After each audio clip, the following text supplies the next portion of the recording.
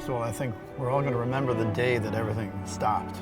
I was going to play a concert that night, in fact. There's a certain feeling you get when you're about to go on stage, when you have a concert that evening. And then all of a sudden it's taken away from you. It's a weird kind of experience, and I'm finding I'm in the car heading home. You know, nobody expected the entire industry to just go dark like that so quickly. And so I think it was shocking, and it took a while for everybody to adjust. When my colleague Eric Bartlett came up with this idea of the 4 cellists playing together, it really switched for me. He said, let's the 4 Orpheus cellists do something. So we recorded individually in our homes Bach's Sarabande, and we sent it out into the world.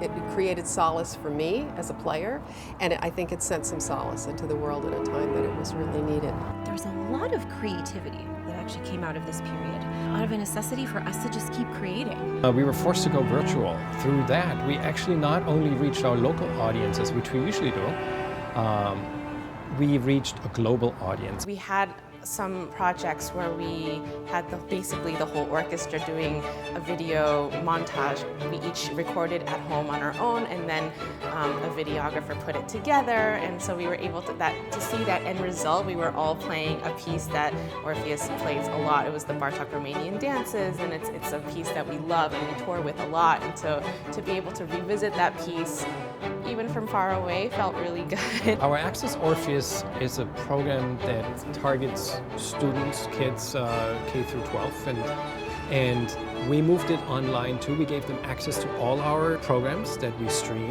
It was just wonderful to see. They logged in and watched our performances. Orpheus started doing Reflections concerts online, and Reflections concerts are for audiences with dementia and with Alzheimer's disease, and it's something that we just love to do.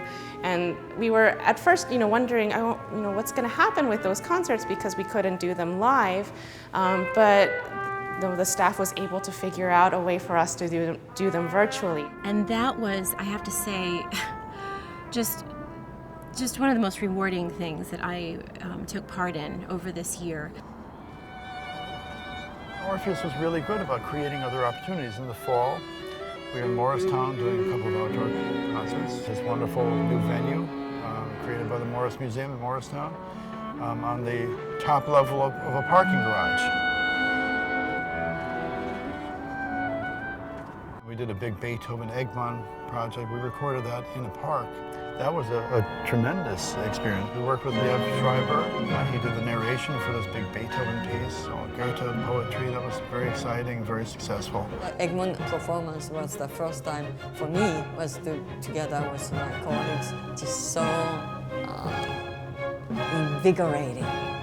Wonderful to hear everybody play, and the sound that you hear in your ear was just stunning. This is a really special time, and I think that we're all kind of coming together again, and then this feeling of reconnecting with our audience is extremely exciting to us. We love playing on a stage for other people. We send our energy into the audience. We get energy back from the audience. Because they are listening, and you really sense it, and that's a priceless experience. I'm looking forward to this next season. And starting in January, we're going to be doing a tour with Branford Marsalis, which is exciting, and we have a few Carnegie concerts. We're going to be going back to Japan and Korea. We're going to be playing with Arturo Sandoval, which is in a Cuban-style concert, which is something we've never experimented with, so we're very excited about that. And Wynton Marsalis has written a piece for another program called The Fiddler's Tale, I believe, based on A Soldier's Tale, which will be another kind of interesting experiment for us. We're so excited to be able to play together again and to be able to share our music with audiences. No one knew how long it would last, and at first we were just worried that we wouldn't get through the summer. But then our board and our wonderful individual givers and all the people that have been donating to Orpheus, they just kept doing that. They were so loyal, and it's just incredibly heartwarming to see how people just help you out when there's when you're in such dire straits. And it was really wonderful. So, I mean, it was the hardest time for all of us. But because of all the friends we have, because of that really strong Orpheus family and the bond, we made it through. And I can't thank everyone enough for doing that.